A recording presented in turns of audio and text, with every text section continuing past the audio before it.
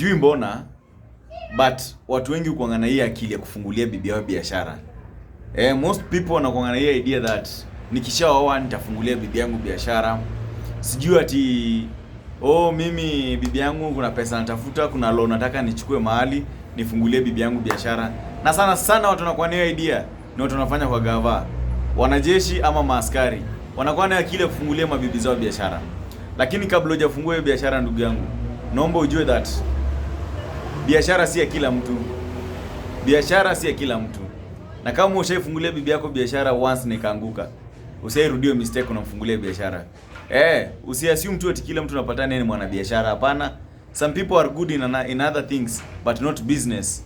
So don't risk your money, because the more utakuwa risk pesa zako zikipotea, zinaweza limit your way ya kuishi na huyu mwanamke. Zinaweza fanya umdharau ama uone ni kama si bibi. No, we don't use business to measure a wife material. Usisema ati kwa sababu alishindwa na biashara sasa usi mwanamke. So sio kila mtu inafaa funguliwe biashara. Sawa? Fungulia mtu biashara, mtu ushaiona anajaribu kurun biashara, unaona kuna ideologically anaelewa mambo ya biashara, ni msee anajua kusurvive kwa biashara. Lakini kufungulia bibi biashara na hujamjua poa, hiyo ni kurisk na wanga inaisha vibaya sana.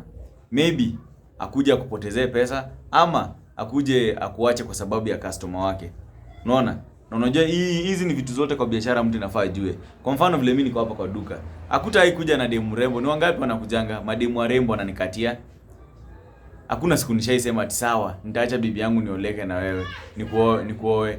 So unafupi unapata mwanamke mjanja, mwanamke amekomaa, mwenye ukimweka kwa biashara hata mwanaume akuja hapo hawezi mchanganye yeye.